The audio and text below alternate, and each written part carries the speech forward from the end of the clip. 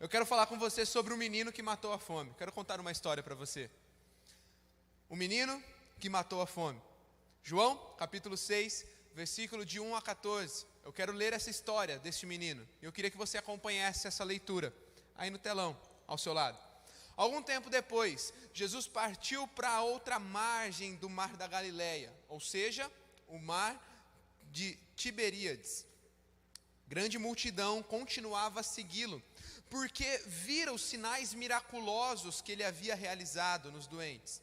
Então, Jesus subiu ao monte e sentou-se com os seus discípulos. Estava próxima a festa judaica da Páscoa, e levantando os olhos, viu uma grande multidão que se aproximava. Então Jesus disse a Filipe: onde vamos comprar pão para esse povo comer? Fez essa pergunta apenas para pô-lo à prova, pois já sabia na sua mente o que ia fazer. Filipe lhe respondeu: 200 denários não comprariam pão suficiente para que cada um recebesse um pedaço. Outro discípulo, André, que era irmão de Simão Pedro, tomou a palavra e disse: aqui está um rapaz com 5 pães de cevada e 2 peixinhos. Mas o que é isso para tanta gente?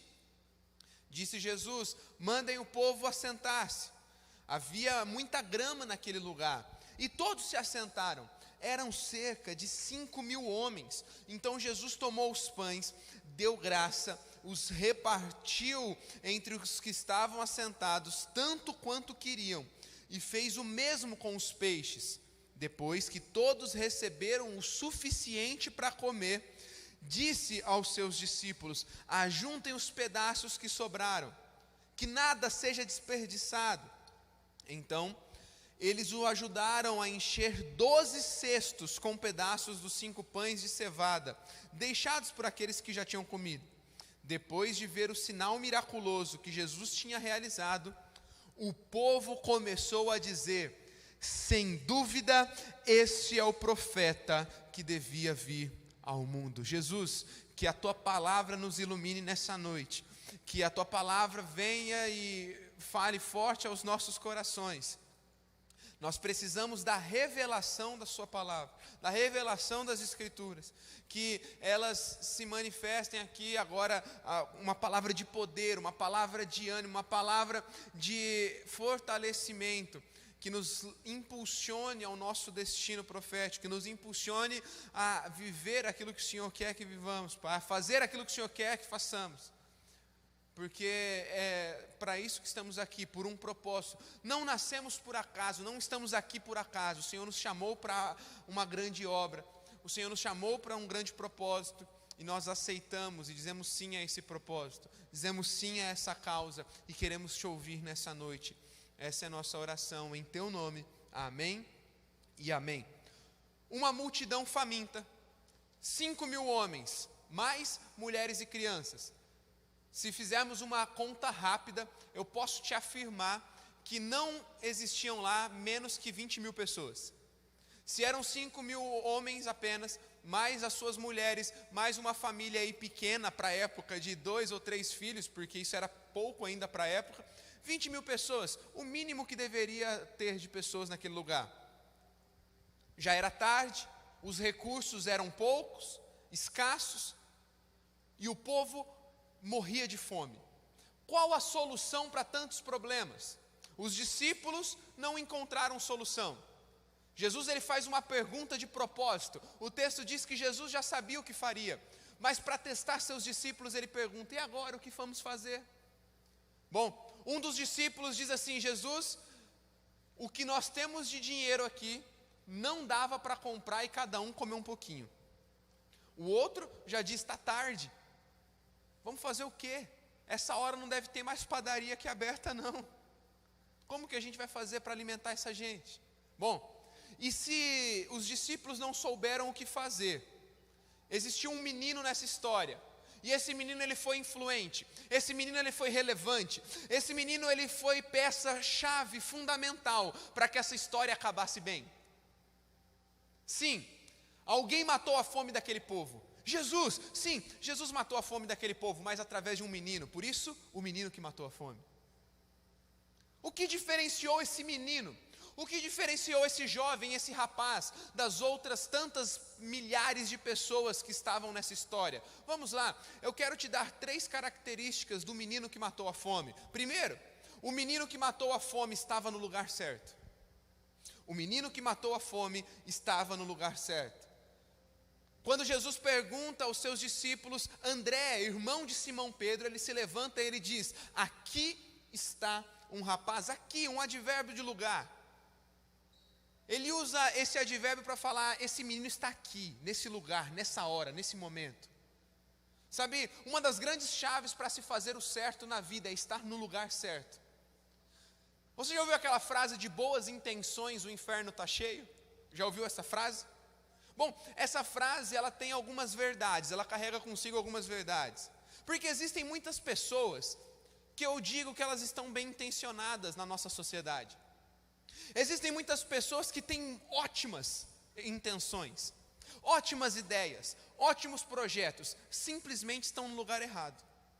Simplesmente estão com um posicionamento equivocado. Quantas pessoas da nossa geração não querem acabar com a injustiça? Quantos não dizem querer acabar com a fome e a miséria? Quantos não querem acabar, extinguir o preconceito? Quantos não querem acabar com a corrupção da nossa nação?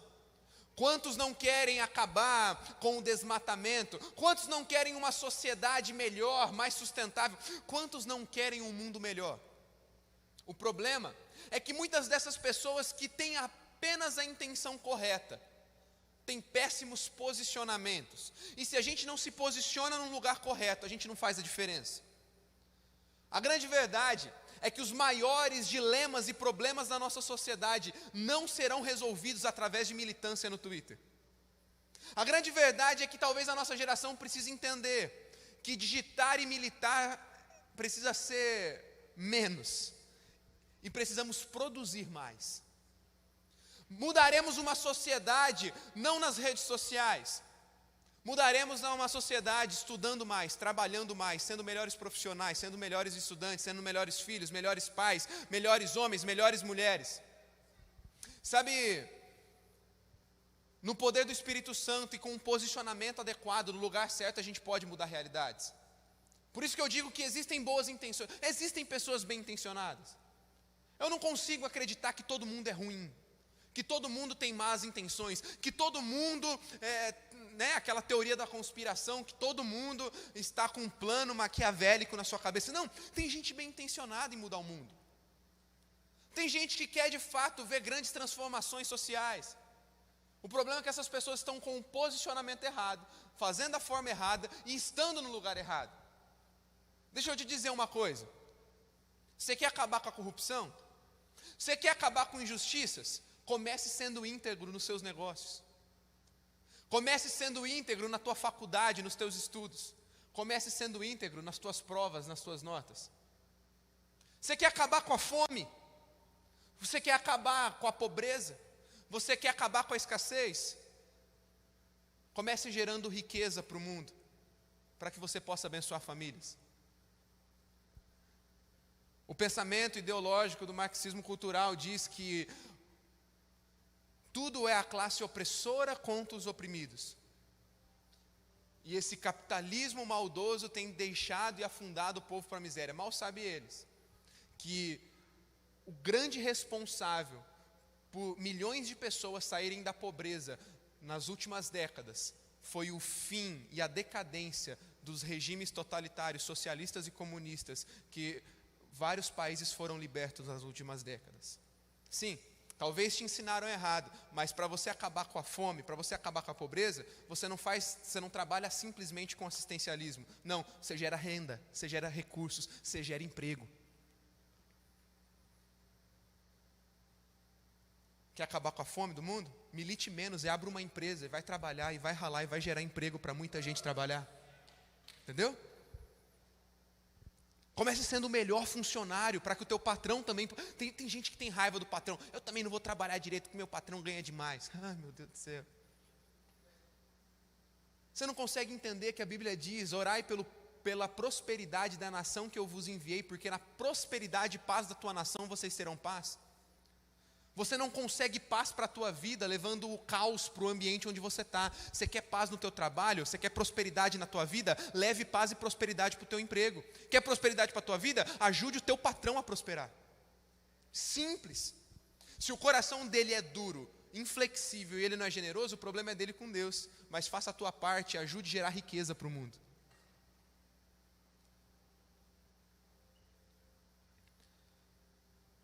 Você quer promover mais sustentabilidade para o meio ambiente? Pare de militar um pouco e vai estudar mais, sendo peça-chave no desenvolvimento de novas pesquisas que vão mudar a forma de encarar essas perspectivas globais de sustentabilidade e meio ambiente. Seja uma peça-chave para que isso seja bênção e você seja uma das pessoas que carregue soluções e não mais problemas. Mas eu tenho uma agonia de quem só traz problema. E as pessoas só são acostumadas a trazer mais problemas. E gente, deixa eu te falar, problema é fácil enxergar. Tem gente que chega assim, pastor, essa igreja está cheia de problemas. Isso eu sei. Eu sou um desses problemas, você é um desses problemas. E às vezes a pessoa vem assim, cara, tem um grande problema na Live Livre.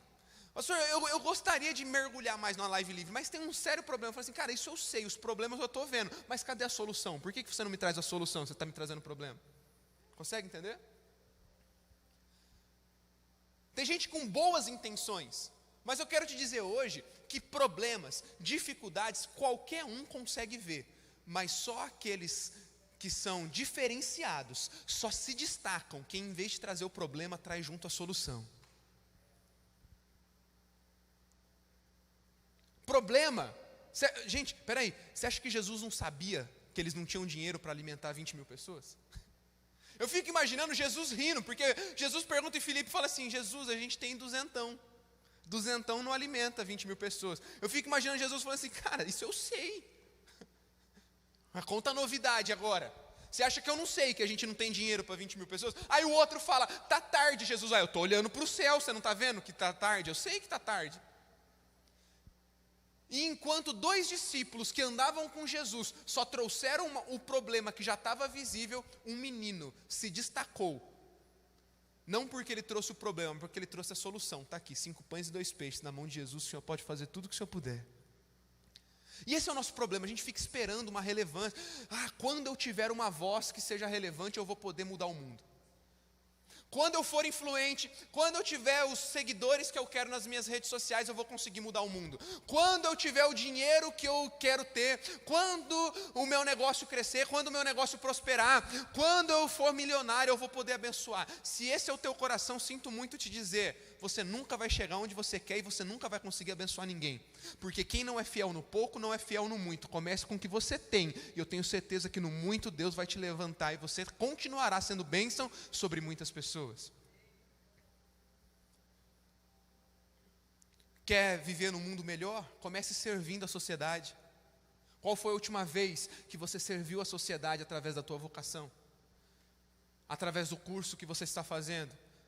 Através da tua profissão? Sabe,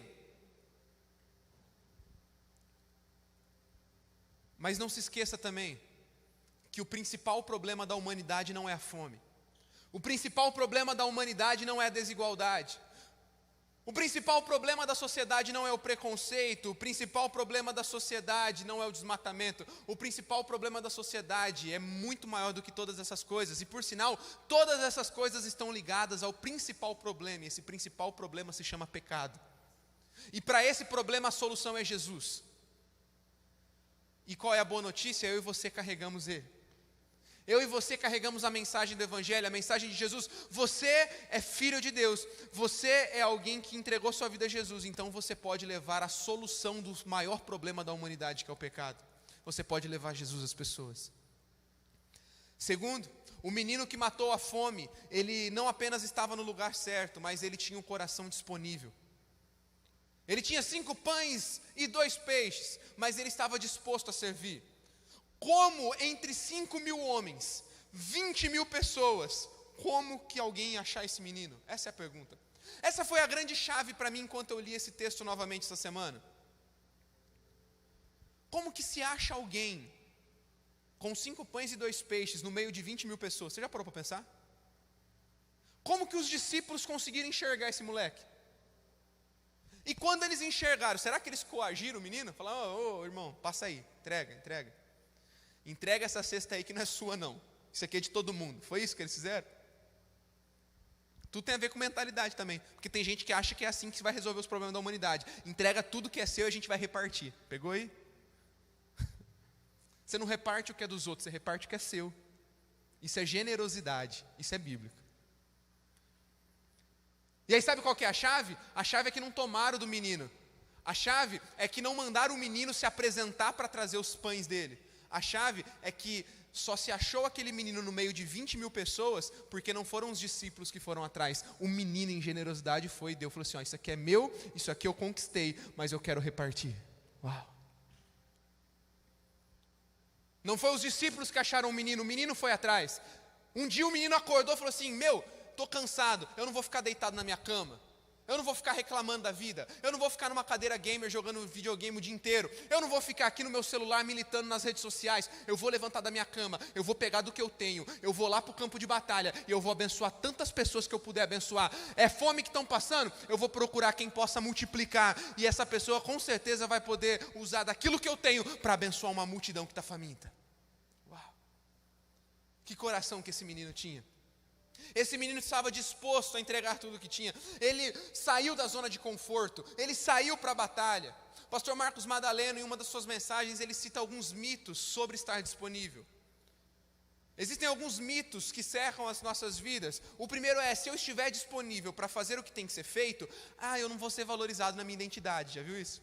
Eu prefiro ser do que fazer. Bom, excelente. Mas acontece que eu não sou porque eu faço, mas porque eu sou, eu faço. A grande questão é que alguns mitos também geram dúvidas na nossa mente, como o mito de, por exemplo, eu vou ser usado e descartado.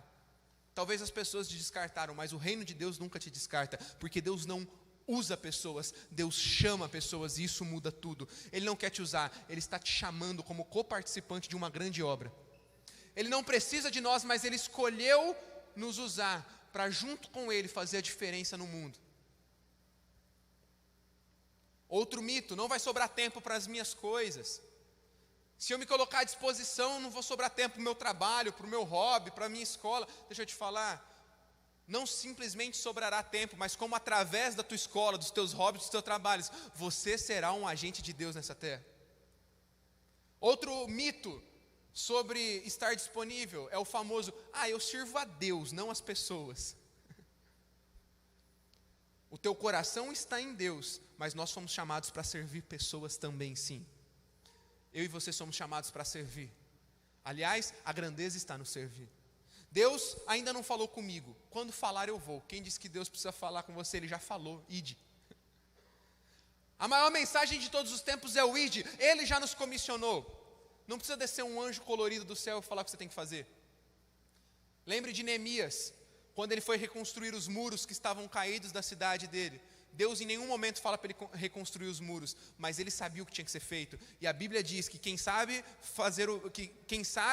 que tem que fazer o bem e não faz, comete pecado. Se você sabe o que tem que fazer e não faz, você já está errando.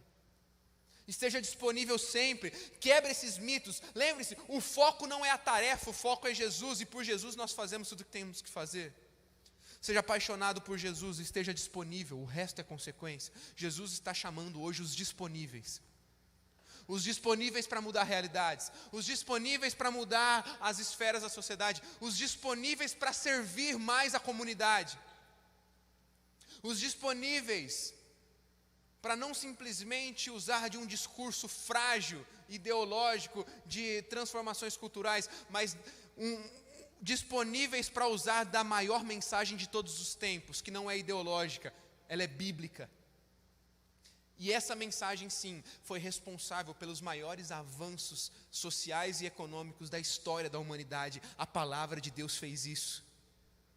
E ela continua fazendo através dos filhos disponíveis. Hoje Jesus está chamando filhos disponíveis. Terceiro e último, o menino que matou a fome, ele tinha uma mentalidade próspera. Filipe diz assim: mas o que é isso para tanta gente? O que é duzentão para tanta gente? Pobreza ou prosperidade não tem a ver com quanto você tem, mas sim com a sua mente. Aquele menino tinha bem menos que os discípulos. Os discípulos tinham 200 denários, duzentão. O menino tinha 5 pães e 2 peixes. Gente, fica aqui comigo. O que é mais? Duzentão ou 5 pães e 2 peixes? Duzentão. Os discípulos tinham mais. Mas o menino, ele tinha uma mentalidade próspera. Por isso, pobreza e prosperidade não tem a ver com o quanto você tem, mas como a tua mentalidade é próspera. Deixa eu te dizer, Jesus faz a pergunta de propósito, porque ele sabia que era uma oportunidade linda de ensinar os discípulos a ter essa mentalidade. A sensibilidade de Jesus transformou um ambiente de fome e escassez em um ambiente de abundância, satisfação. Não simplesmente as pessoas foram alimentadas, mas sobrou. Sabe, apenas acumular riqueza é medo de escassez, mas desenvolver uma mentalidade próspera é saber que nunca vai faltar. Salmo 25, verso 12 e 13 diz: o homem que teme o Senhor, ele o instruirá no caminho que deve escolher, e na prosperidade repousará sua alma, e na descendência herdará a terra. A palavra prosperidade aqui do Velho Testamento no hebraico é shalá, que é estar em repouso. Pessoas prósperas são generosas, porque elas estão em descanso e sabem que nunca vai faltar. Pessoas disponíveis entendem que elas estão no lugar certo. Elas não ficam apenas vivendo de boas intenções. Elas vão para a luta, elas trabalham, elas conquistam, elas geram riqueza. E através dessas riquezas elas vão prosperar, porque elas têm uma mentalidade próspera. E estando em descanso, elas sabem que agora elas podem dar, elas podem distribuir, elas podem compartilhar, porque nada vai lhes faltar, porque o Senhor nos ensina a estar em descanso. Eu quero concluir com o último verso desse texto, dessa narrativa, dessa história. Após aquele menino matar a fome de uma multidão, após todos serem satisfeitos e ainda ter sobrado, o texto diz que depois que eles viram o sinal miraculoso que Jesus tinha realizado, o povo começou a dizer: sem dúvida, esse é o profeta que devia vir ao mundo. Deixa eu te dizer, quando a fome deles foi saciada, eles tiveram um encontro com Jesus. Bill Johnson, pastor da Bethel Church, diz: não, nós devemos ao mundo um encontro com Deus. É sobre isso, é sobre um estilo de vida sobrenatural e íntegro, onde a gente pode saciar as fomes, os problemas da sociedade, e esses problemas são muito maiores do que os problemas sociais em si, mas é o pecado, como eu acabei de dizer. Apresentar Jesus ao mundo é a chave para vivermos em um mundo melhor. O mundo está faminto, mas eu e você temos tudo o que precisamos para matar a fome do mundo. Assim, quando eles estiverem com a fome saciada, eles olharão para Deus e não terão dúvida do seu amor, e eles dirão: esse é o verdadeiro Deus, esse é o profeta que deveria vir ao mundo. A pergunta que eu te faço hoje é: quantos aqui estão dispostos? Quem aqui hoje são os meninos que vão matar a fome da humanidade?